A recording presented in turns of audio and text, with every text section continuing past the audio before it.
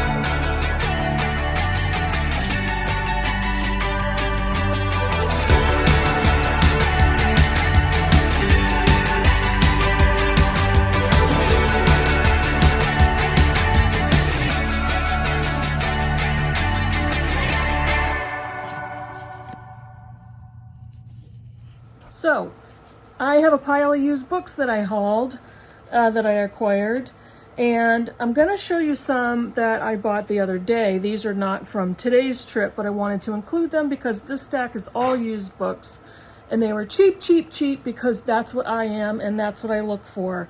I don't believe book buying needs to be expensive, nor do I spend a lot of money on books, and I always get super deals. So this one I purchased online, and this is one of my other Francine proses that I bought, Lovers at the Chameleon Club, Paris, 1932. And I just bought Mr. Monkey from Francine Prose, and I had that in one of my last videos. This one is, first of all, paperback with French flaps and deckled edges. Hello, score on that one. Lou Villers is an extraordinary athlete who is confident that one day she will be an inspiration for her gender. She's also a lesbian and a crossdresser who finds a safe haven in the Chameleon Club, a louche night spot. This is set in the 1920s and 1930s.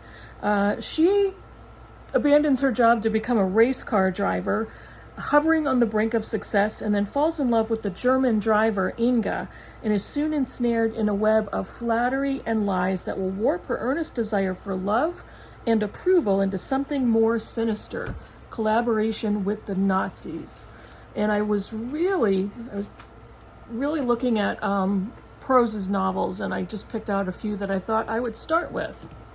This one is a short story collection by the author of The Sympathizer, Viet Thanh Nguyen, The Refugees. This is a short story collection, and he is a Vietnamese-American author.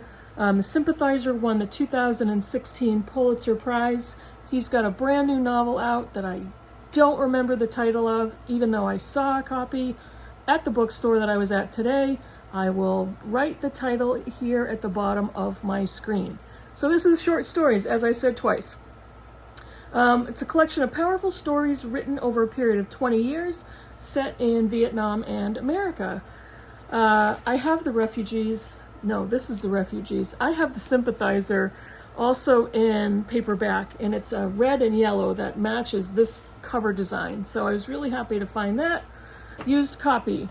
This one doesn't really need an introduction. It's Freshwater by Akweke Emezi, and they are a non-binary author. This is a book that's been around and around and around, has been given glowing reviews by many, many, many trusted booktubers who I subscribe to. And it's the story of Ada, who is a Nigerian, part of a Nigerian family, and an unusual child. They are troubled, prone to violent fits.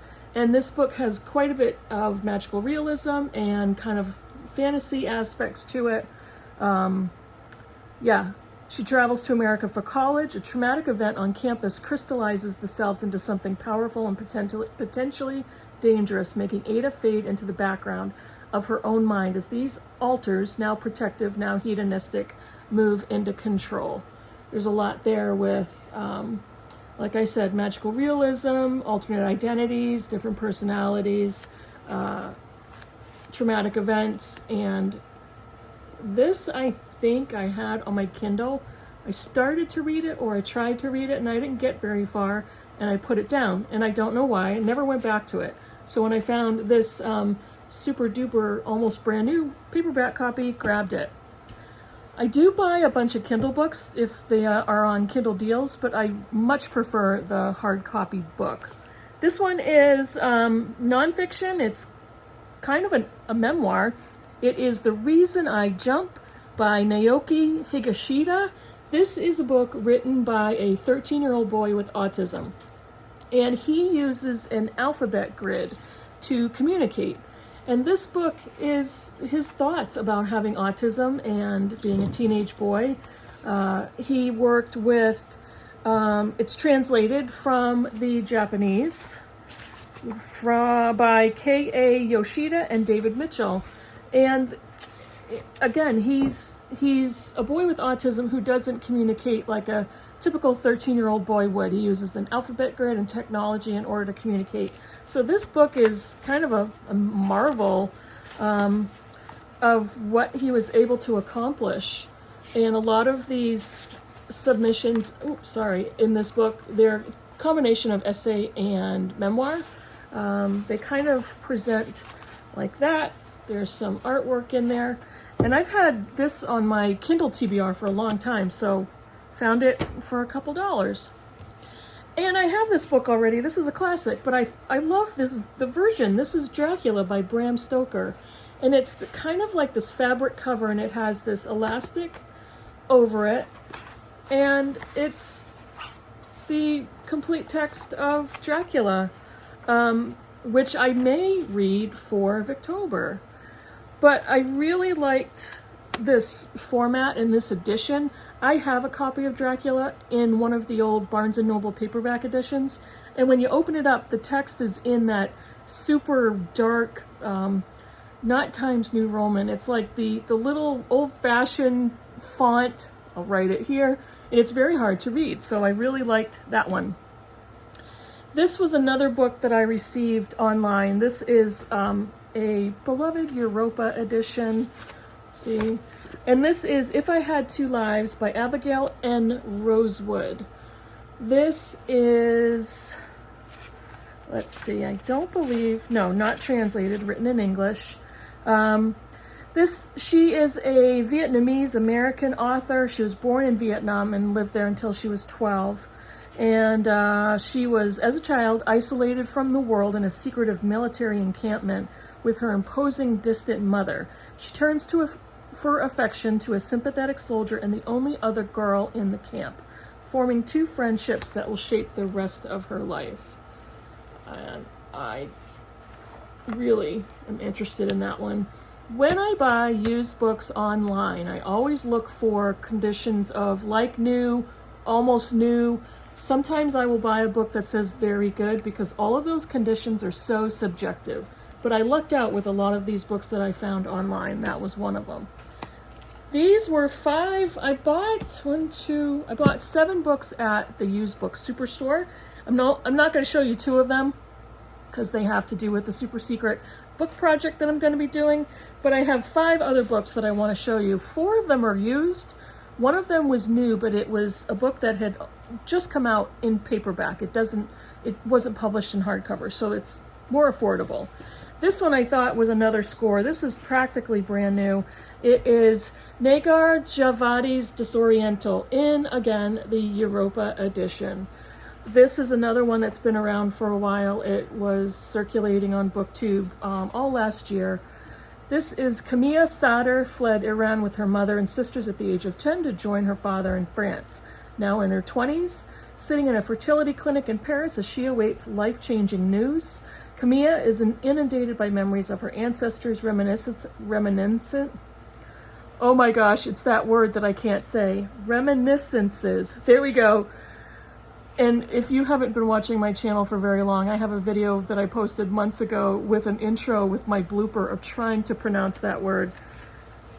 Boy. And family myths that reach her in unstoppable waves. Generations of flamboyant satyrs return to her, including her formidable great-grandfather with his harem of 52 wives and her distracted but ardent parents, Sarah and Darius, stalwart opponents of each political regime that has befallen them. In this high-spirited, multi-generational tale, key moments of Iranian history punctuate a story about motherhood, family, exile, rebellion, and love. At the heart of this prize-winning international bestseller is the unforgettable Camilla Sadr, queer punk rock aficionado and storyteller extraordinaire.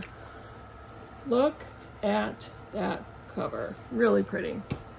This one is a really almost brand new hardcover copy of Christina Baker Klein's The Exiles. She wrote Orphan Train and A Piece of the World, which I read and really enjoyed. This again has also been on my TBR, and I was happy to find a really great hardcover copy in excellent condition.